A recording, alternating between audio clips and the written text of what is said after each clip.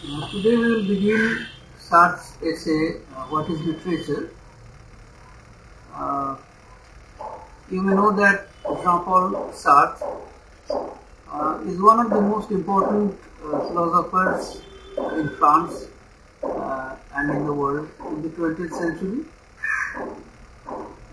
This essay, What is Literature, is this essay that you have in your syllabus, Why Write? That is the second chapter of the book, What is Literature? So these essays contained in the book, or the chapters contained in the book, they were originally published as separate essays and then published in a book form in 1948, Qu'est-ce que la littérature, the French title of the book. It was published by Gallimard. And this book is, we may say, it contributes to our reading and understanding of literature in a profound manner. It has a profound influence on later writers and thinkers, because Sartre places the task of writing and reading in the context of human situatedness, that is, in a philosophical concept or philosophical context founded in existentialism.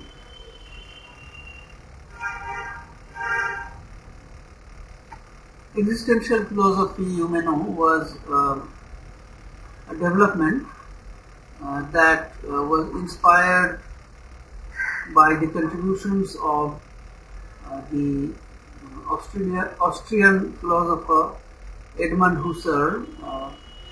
His philosophy is called phenomenology. The thought of Martin Heidegger, the German philosopher, the most influential philosopher of the 20th century, and Marxism. Therefore, this new philosophy of existentialism initially began, we may say, by the writings of Husserl and Heidegger, that was given a new twist by Jean-Paul Sartre as he combined this with his understanding of Marxism.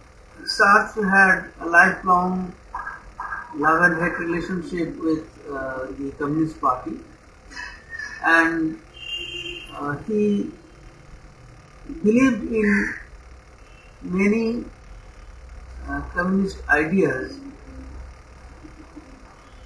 However, since his own thought was always based upon existentialism, therefore the communists did not think of him as one of them, as exactly one of them. We will see that the first chapter of the book and the second chapter is Why Write. But in order to understand the second chapter, it is important that we know or we read the first chapter. So you will have to read the first chapter, What is Writing, on your own, and then you will be able to follow the chapter Why Write much better. The two other chapters in the book are For Whom Does One Write, and the fourth chapter, Situation of the Writer in 1947. So by placing the whole discussion in the context of 1947, Sartre is suggesting that he is a contemporary and he wants his writing to be read in that context, in the contemporary context. Now, one of the basic ideas in the chapter Why Write is the idea of commitment to literature commitment to society, commitment to public life, commitment of the author or the writer to society, to public life. In French, committed literature is expressed as littérature engagée, that is engaged literature, which is committed literature. So, in the foreword to the book, Sartre makes fun of critics who think that by speaking of committed literature, Sartre is going back to the ideas of socialist realism. As you know that socialist realism was the dominant aesthetic theory at the time of Stalin in Soviet Russia. So this was basically a communist way of looking at art, and many of the committed artists or writers of Soviet Russia at the time, they produced art of an inferior quality, and from the point of view of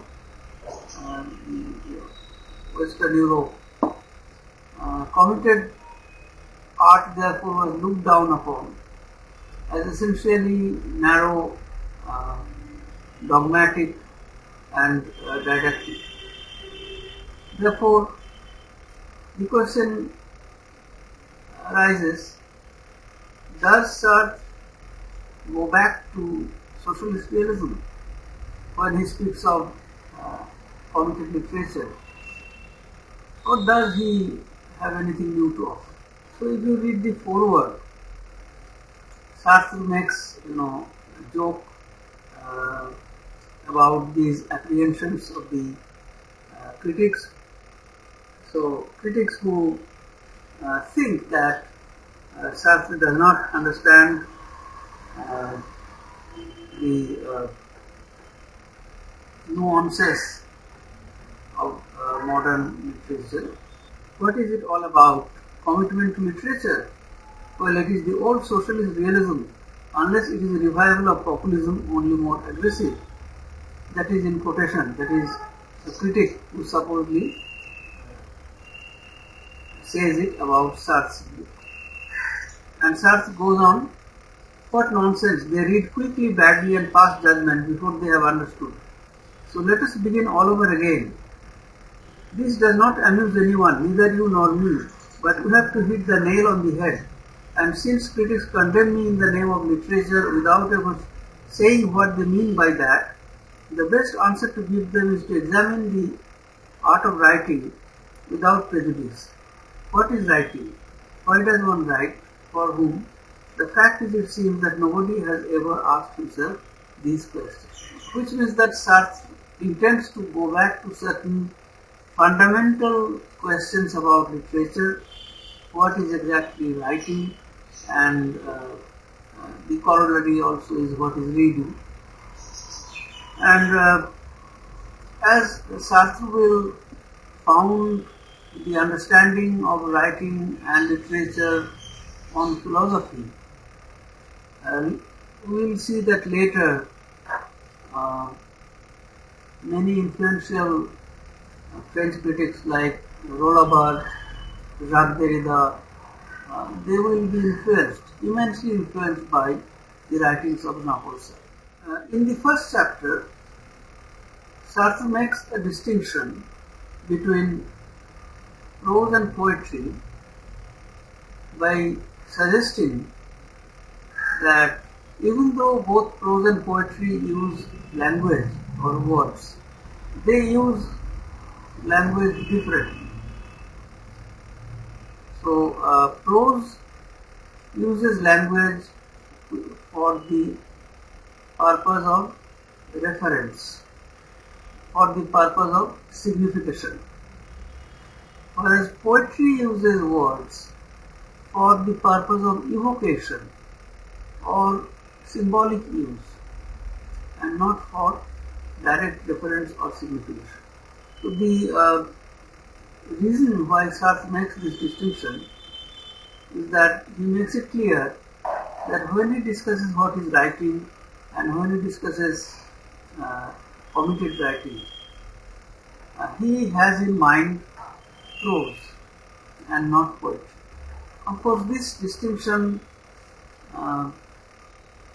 would raise many questions, because poetry by which Sartre here refers to the poetry of Baudelaire, Mallarmé, Rimbaud, basically symbolist poetry. So that poetry is evocative, non-referential.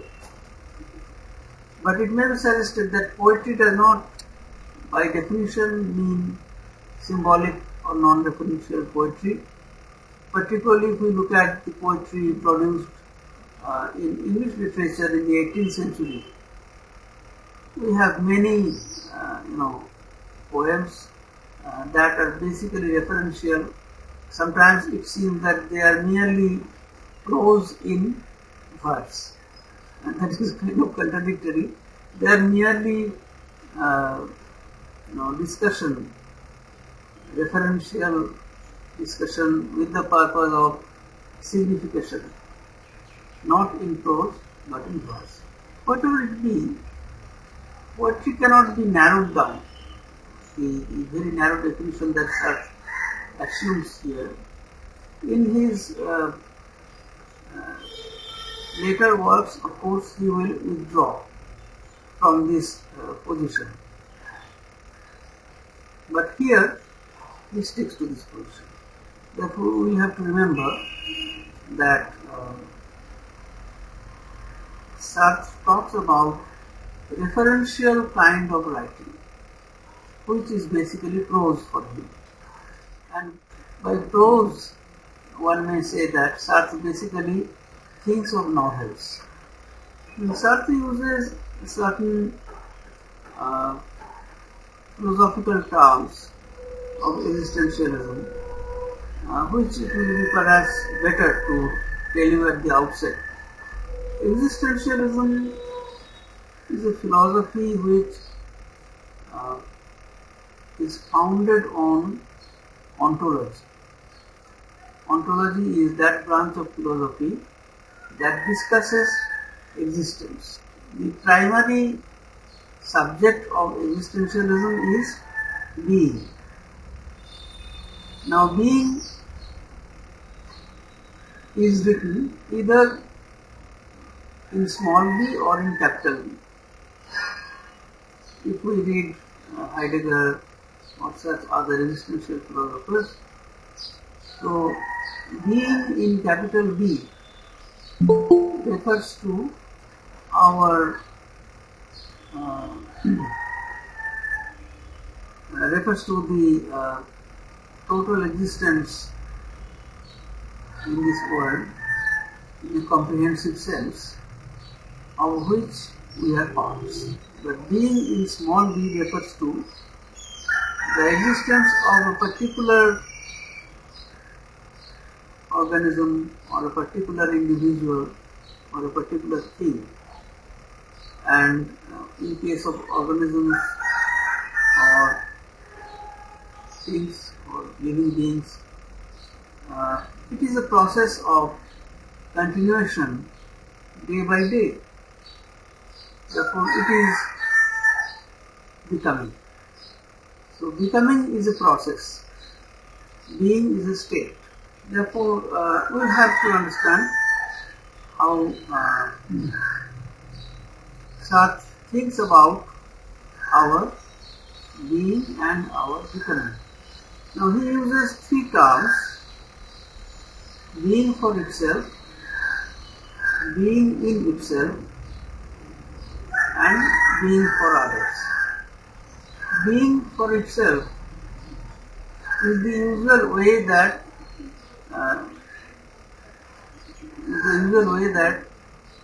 we find ourselves or we perceive ourselves, which means that when we are aware of ourselves, when we can perceive ourselves as us, as beings with small beings, then we look at others as objects of our attention and we take ourselves the subject position. So you understand that behind this definition of being lies Husserl's phenomenology. Why? Because phenomenology is a philosophy which talks about perception. So basically we are going backwards. Nevertheless, it is important to clear the concepts at the very beginning. So let us think of the dichotomy between res and verba that was there in the Renaissance. Latin words, res means things, verba means words. Before the Renaissance, there were the nominalists and the realists. Nominalism and realism were two competing kinds of philosophy throughout the Middle Ages. So, nominalism proposed that nomina means name, that the names are real, that the concepts are real, whereas realism suggested that the things are real, not the names. So this contention, this dispute could never be resolved. Then in the Renaissance we have the res and verba. Again, the question of language vis-a-vis the objects, the world of objects, the world of things. On this, Erasmus had written, "De duplici copia verum ac verborum," of the double copia of things and words. The world is full of things, too many things, copia, it is plenty. Is language sufficient to render all of them into expression? If language has to be sufficient, then there must also be copia in language. Now, in the 17th century, René Descartes, the French philosopher, the rationalist philosopher, he spoke of a distinction between body and mind, which is again an artificial distinction drawn between the physical body and the mind, which is conceptual or verbal. So this, we call it Cartesian dichotomy, and even today we are influenced by this Cartesian dichotomy. We cannot imagine a world where this division is not there. We feel that body and mind, they are separate things, but they are not separate perhaps. In Marxism, and before Marx, in Hegel, we find that Hegel was an idealist philosopher. So Hegel suggested that consciousness determines matter, and Marx suggested that he corrected Hegel's philosophy by saying that matter determines consciousness. So Marx said that Hegel's thought stood on its head because Hegel prioritized consciousness, and I made it stand on its feet by saying that matter is prior, matter determines consciousness. So both Hegel and Marx, they are dialectical philosophers, but one is an idealist and the other is a materialist. So their priorities are different. But in both their thoughts we find this dichotomy between matter and consciousness. So basically this one debate, this one conflict which has never been resolved, that appears through all these traditions through the ages. Then Edmund Husserl tried to bypass this problem that either you believe in materialism or you become an idealist. Husserl tried to bypass this problem by suggesting that the perception of the world as phenomena in our consciousness is all that we can understand. We have no way of knowing which one is real, which one is authentic.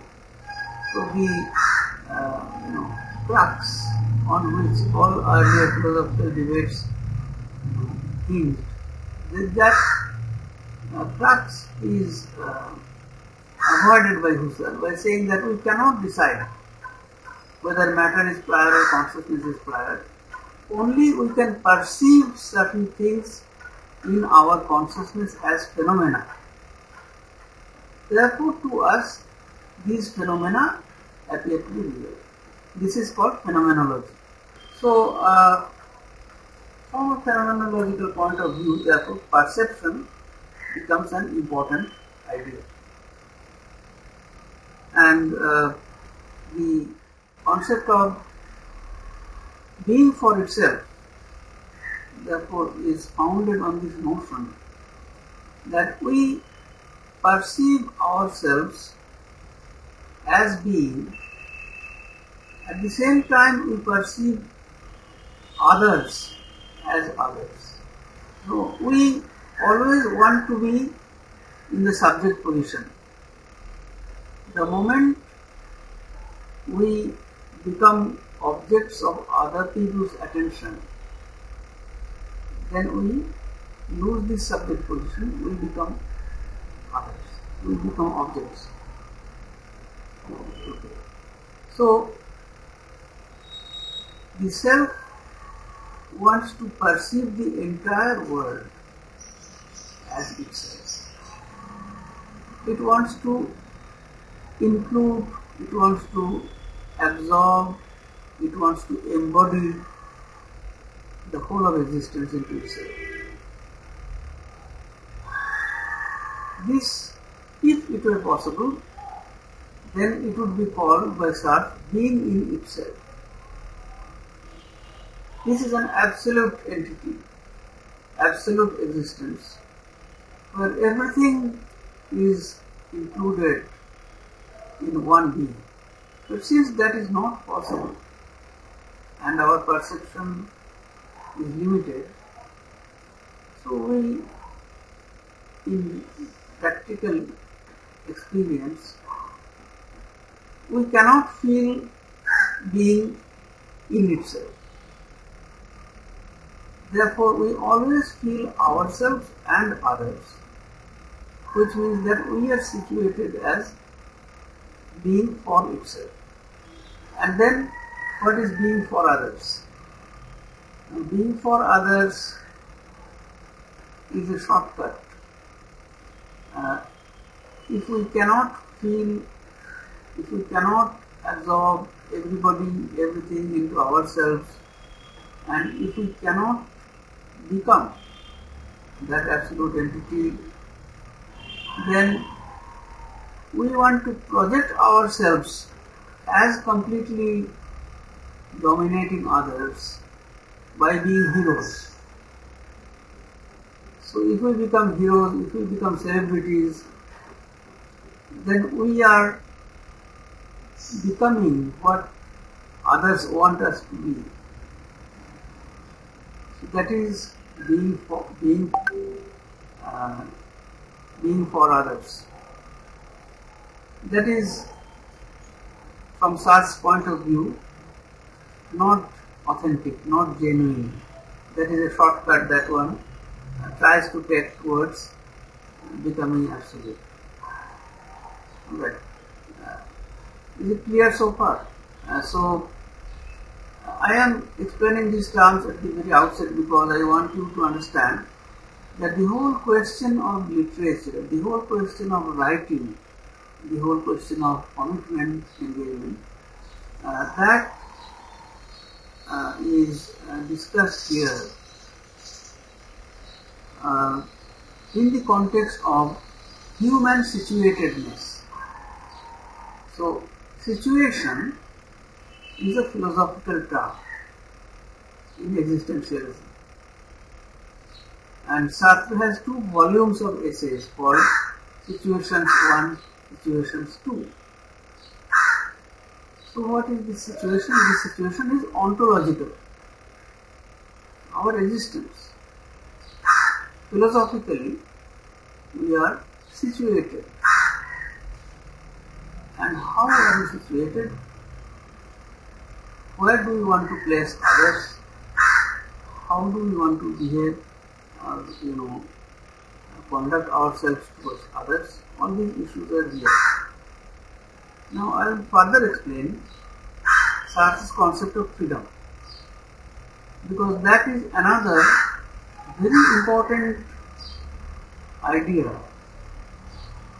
that is discussed, or we will say is upheld in this world. The idea of freedom, because Sartre suggests that there can be no great work of writing that suppresses human freedom. How does Sartre arrive at such a decision or conclusion? So let us see what is Sartre's definition of freedom. Now, let us imagine we are being for itself, which means that we feel ourselves to be ourselves, and we see other things or other people as others, which means that there is a distance between ourselves and others. This distance, Sartre calls it freedom. This gap between ourselves and others is freedom. Now you will ask why? The moment we realize a gap between ourselves and others, then we can decide, we can choose how we will conduct ourselves to others. Because we are in the subject position, others are in the object position for us. So what do we do with them? Do we oppress them?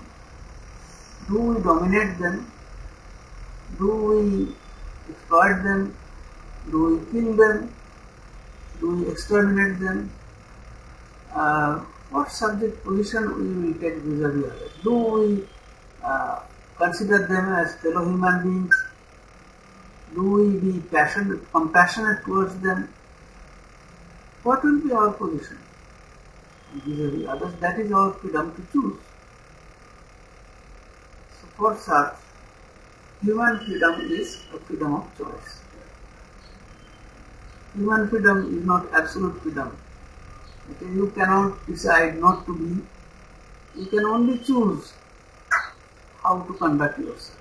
So, as we look at others and feel ourselves to be distinct from others, and feel ourselves to be in a superior position because we place ourselves in a subject position, and we always want to absorb the entire world into our subjectivity, our subjecthood.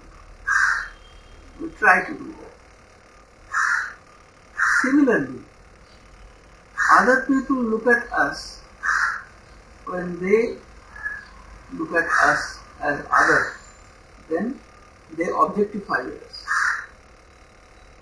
We become objects to them. Therefore, we are at their mercy. They will choose how they will behave towards us, what will be their conduct towards us. So, this is always a source of philosophical anguish for us, because we do not want to be objectified. So this failure to comprehend everything into our subjecthood, that is a source of our ontological anguish. Right? So this is our situatedness. Therefore, what is our task? Sartre suggests that our task is to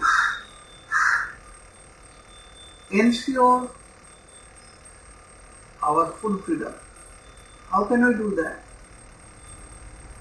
If we allow any oppression, any domination to take place, then our freedom is not possible.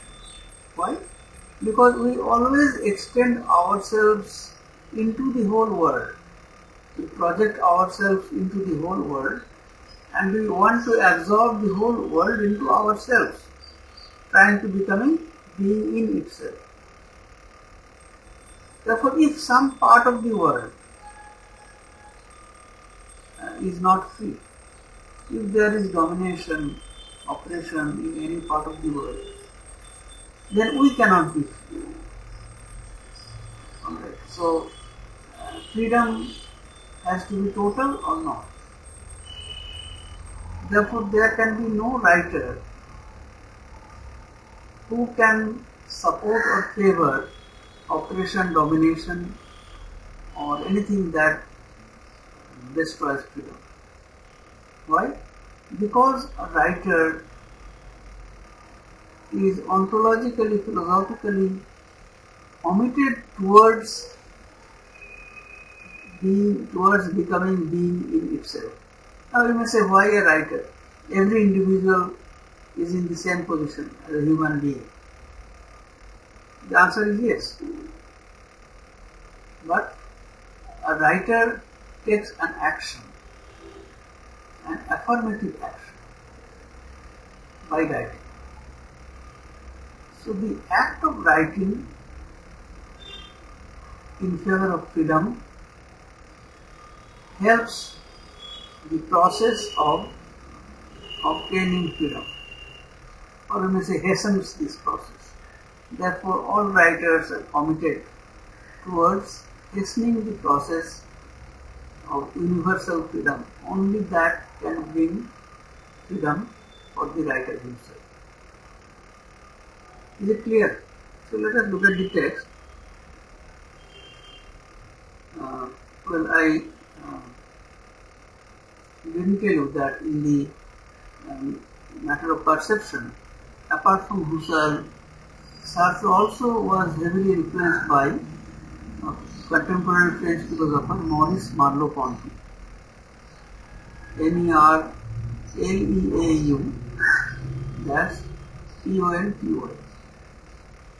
Merleau-Ponty. So when we now read this chapter, you will understand that the words perception or being, freedom, these words, they all carry philosophical meaning. So this prior philosophical discussion will help you understand it better. So why write? Each has reasons. For one, art is a fight, or another a means of conquering, but one can flee into a hermitage, into madness, into death.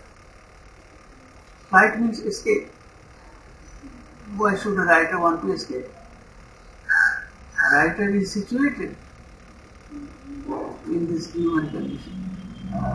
André Malraux, the French novelist, has a novel, La Condition Humaine, the human condition. So everyone is situated, therefore one wants to escape from this. Some people want to escape by flight. We have the idea of escape and exile and flight in James Joyce's novels, if you remember. But Marxists, communists and Sartre's existentialist followers, they do not opt for escape or flight. They opt for commitment and engagement. One can conquer by arms. Why does it have to be writing? Why does one have to manage one's escapes and conquests by writing? Because behind the various aims of authors, there is a deeper and more immediate choice which is convenient to all of us, not your choice and convenient. Because we are in this human situation, we must choose. The question of choice. Choice is our only freedom. We shall try to elucidate this choice, and we shall see whether it is not in the name of this very choice of writing that the self-commitment of writers must be equal. So writing itself is an act of choice. Nobody forces you to become a writer. You choose to be a writer. That means you yourself impose upon yourself this responsibility, this task. Each of our perceptions is accompanied by the consciousness that human reality is a revealer. That is, it is through human reality that there is being, or to put it differently, that man is the means by which things are manifested. Now here comes another idea. I told you that Sartre was also influenced by Martin Heidegger's philosophy, and Heidegger spoke of human situatedness or being by using a particular term, Dasein. In German, Dasein simply means being there. Sein means being, da means there. So being there, existing, that is the situation in which we find ourselves. And it is this being there, this Dasein, that reveals to us about our reality. That man is the means by which things are manifested. It is our presence in the world which multiplies relations. Now presence, we are present in this world, of course, that is the primary meaning. But presence also always have a metaphysical meaning. Presence would mean, in earlier theological writing, presence would mean presence of God. Later, it could mean presence of a soul. The term presence is associated with metaphysics. Sartre being, a materialist, or we may say an existentialist, he of course does not believe in metaphysics, but presence nevertheless has this association. It is our presence in the world which multiplies relations. It is we who set up a relationship between this tree and that bit of sky. Thanks to us, that star which has been dead for millennia, that quarter moon and that dark river are disclosed in the unity of a landscape. This is a beautiful expression of the idea that the world comes into existence because of our perception. Because we humans, we have consciousness, and in our consciousness we can perceive the world. We can look at the stars, we can look at the beauty of nature, we can look at landscape.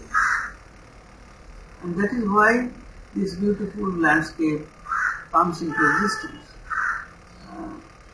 Now this has a heavy dose of idealism, and we are reminded of Rabindranath Thakur's poem, where he says, "Amari chetonar ronge panna holo sobuj." It is the emerald became green by virtue of the color of my consciousness. It is the speed of our car and our aeroplane which organizes the great masses of the earth. So here, this issue here is of perception. That is, we humans, because of our consciousness, we perceive the beauty of the world. We perceive this world. So this is what Edmund Husserl makes one of the cornerstones of his philosophy of phenomenology. Are you able to follow the name Husserl or phenomenology, or should I write them down? With each of our acts, the world reveals to us a new face. You also notice the use of the word reveal, revealing. So something is revealed only if there is a consciousness. So, and man acts. As a result of his acts, anything is revealed. Therefore, man has the agency. Man can act.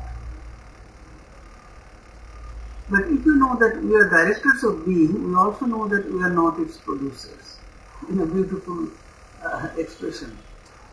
Who prepared all this drama or this film, whatever, unfolds before our eyes? So if it is compared to a film, Sartre says that we may be the directors. By our consciousness we may, organize this perception. But we are not its producers. The world as it is a given. If we turn away from this landscape, it will sink back into its dark permanence. Where will it go if we are not there? If humans are not there, where will the world be? It will go back to its dark permanence. A very elusive expression, we do not know. We know only when it is revealed to us. But when we are not there to perceive it, we do not know whether it is there or not. At least it will sink back. There is no one mad enough to think that it is going to be annihilated. If a scientific question is asked, before the arrival of the human species, was there the world? Because then there was no consciousness and nobody could perceive this world. So where was the world? So Sartre says that we cannot imagine that the world was not there, that it was annihilated. Perhaps it was there, but there was nobody to perceive it. It is we who shall be annihilated, and the earth will remain in its lethargy until another consciousness comes along to awaken it. Thus to our inner certainty of being revealers is added that of being essential in relation to the thing revealed. So this makes us think that our pride as human beings is inflated. We are revealers only for a limited period of time. After that we will be annihilated. But the world will not be affected by our actions. One of the chief motives of artistic creation is certainly the need of feeling that we are essential in relationship to the world. If I fix on canvas or in writing a certain aspect of the fields or the sea or a look on someone's face which I have bestowed, I am conscious of having produced them by condensing relationships, by introducing order where there was none, by imposing the unity of mind on the diversity of things. That is, I feel myself essential in relation to my creation, but this time it is the created object which escapes me. I cannot reveal and produce at the same time. So, what does human consciousness do? Human consciousness arranges things, orders things in a particular way. So if I am making a painting where I am drawing a face or drawing a landscape, then in that arrangement that I make in the painting, there appears to be an order, which will therefore be significant, which will therefore have some meaning. But that order was not there in the world outside, in nature, which I have been imitating. I impose that order through my vision, through my mind, through my approach. So when I do that, then I reveal certain things about nature by my particular way of looking at it. But then if I look at my painting, can I be objective about my painting?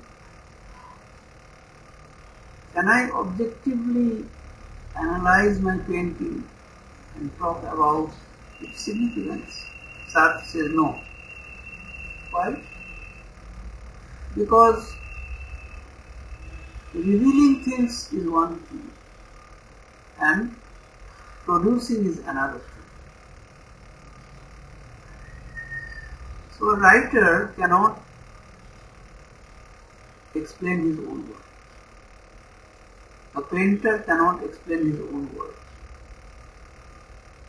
He has revealed certain things in his work, but he cannot produce his work in the sense that he cannot look at the work as a product, as an object.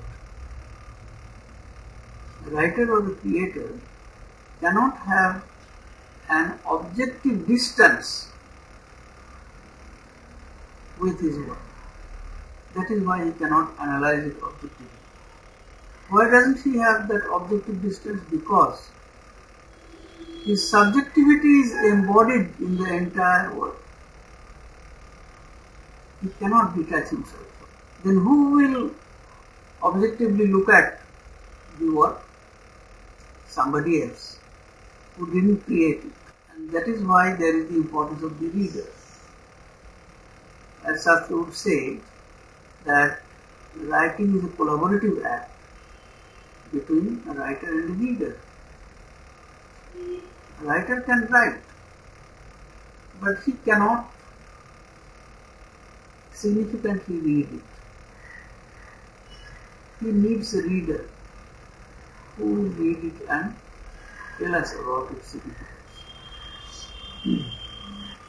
One of the chief motives of artistic creation is certainly the need of feeling that we are essentially in relationship to the world. So this work of creation is basically finding certain relationships, and if I can find certain relationships in my work, I look at the sky, I look at the book in my hand, I look at a bird on the tree, and I write about all of these things, which means that I have found the relationship between these things, a relationship that does not exist beyond my consciousness. So it is my consciousness that imposes this relationship to this chaotic world outside. And that is why I feel that I am essential to this project. But otherwise, I am inessential. As Sartre suggested earlier, we want to believe that we are essential to the world.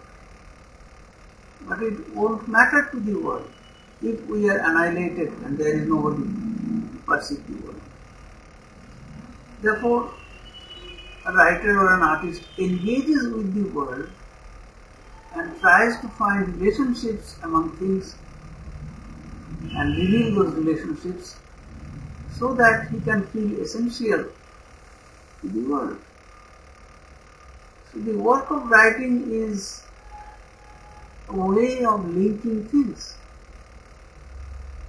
a way of absorbing others into oneself. Because what does a writer want to do?